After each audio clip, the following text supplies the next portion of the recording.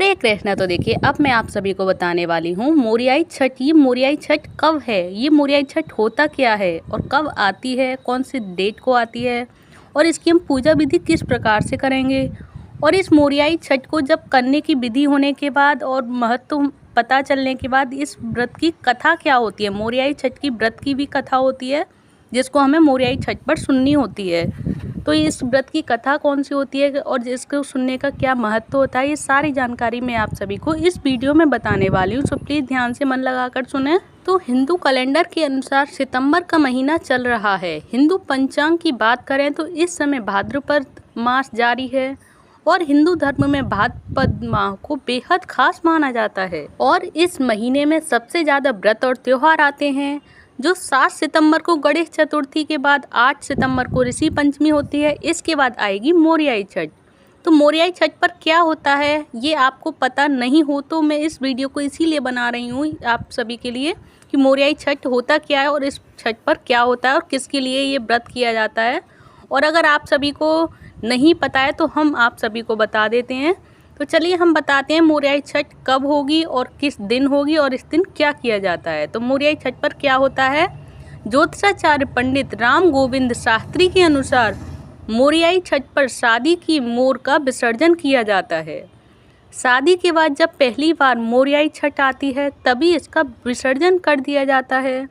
मान लीजिए कि परिवार में किसी की भी शादी जुलाई में हुई है तो वह अभी सितंबर में ही मोर सिरा देते हैं। और शादी की मोर होती क्या है, अब ये जानिए कि शादी की मोर होती क्या है आखिर। तो आपको बता दें कि हिंदू धर्म में परंपरा के अनुसार वर वधू को 7 फेरों के समय कुछ खास चीज़ें पहनाई जाती हैं जिनमें गले की माला, हाथों में कंगन आदि शामिल होते हैं। तो इन्हीं में से एक है माथे की मोर। जी हाँ, वर वधू को विवाह के फेरों के समय जो पहनाई जाती है, ये सभी चीज़ें शादी के बाद पहली बार जब मोरियाई छठ आती है तब किसी सरोवर, नदी या तालाब में इसका विसर्जन कर दिया जाता है।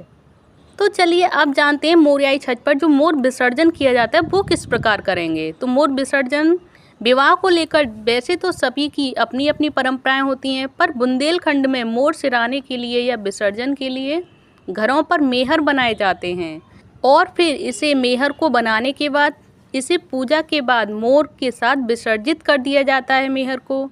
तो ये मेहर क्या होते हैं, अब ये जानिए। ये जो मैंने बताया है आप सभी को कि मोर के साथ मेहर को बनाते हैं और इसे विसर्जित कर देते हैं, तो ये होते क्या हैं।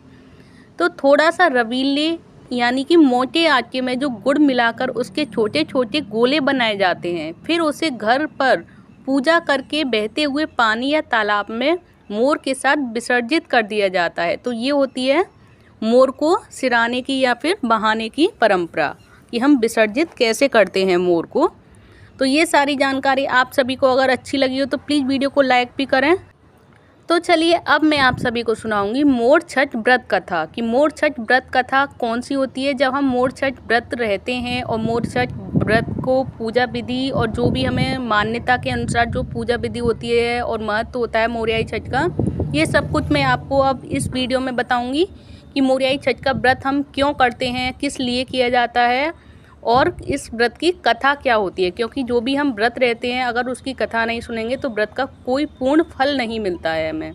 तो हम जो भी व्रत रहते हैं तो उसकी हमें कथा भी अवश्य सुननी चाहिए। तो अब मैं आप सभी को सुनाऊंगी मोरियाई छठ व्रत कथा कि मोरियाई छठ व्रत की कथा क्या होती है और कौन सी होती है। तो चलिए, मोरियाई छठ एक ऐसा पर्व है जो हिंदू धर्म में अपनी अटूट आस्था और महिमा के लिए जाना जाता है और यह व्रत भाद्रपद मास की शुक्ल पक्ष की षष्ठी तिथि को मनाया जाता है और इसका संबंध देवी ललिता से भी माना जाता है। और मोरियाई छठ को संतान सुख और उनकी लंबी आयु के लिए विशेष महत्व दिया जाता है और इस व्रत को करने से भक्तों पर माता की कृपा बनी रहती है और उनको सभी प्रकार की उनकी मनोकामनाएं भी माता रानी पूर्ण करती हैं।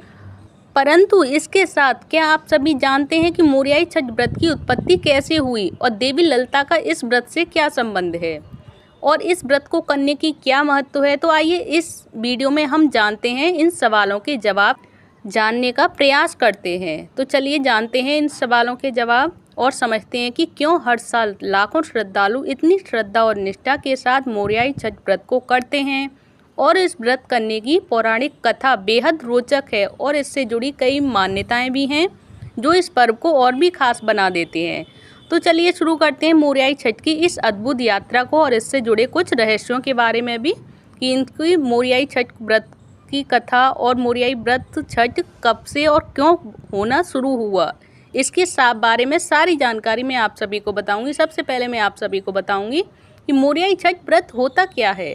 तो मोरियाई छठ व्रत एक विशेष हिंदू धार्मिक अनुष्ठान है जिसे भारत में भाद्रपद मास की शुक्ल पक्ष की षष्ठी तिथि को मनाया जाता है और इसे सूर्य षष्ठी व्रत या मोर छठ के नाम से भी जाना जाता है। और यह दिन भगवान सूर्य की उपासना और व्रत रखने के लिए विशेष महत्व रखता है। और इस व्रत को करने के लिए भक्त भगवान सूर्यदेव को लाल रंग अधिक प्रिय होने के कारण गुलाल, लाल चंदन, लाल पुष्प, केसर, लाल कपड़ा, लाल फल, लाल रंग की मिठाई अर्पित करते हैं। तो अब मैं आप सभी को बताऊंगी, अब ये पूजा विधि तो हो चुकी है, तो अब आपको सभी को बताऊंगी कि मोरियाई छठ व्रत की कथा क्या होती है।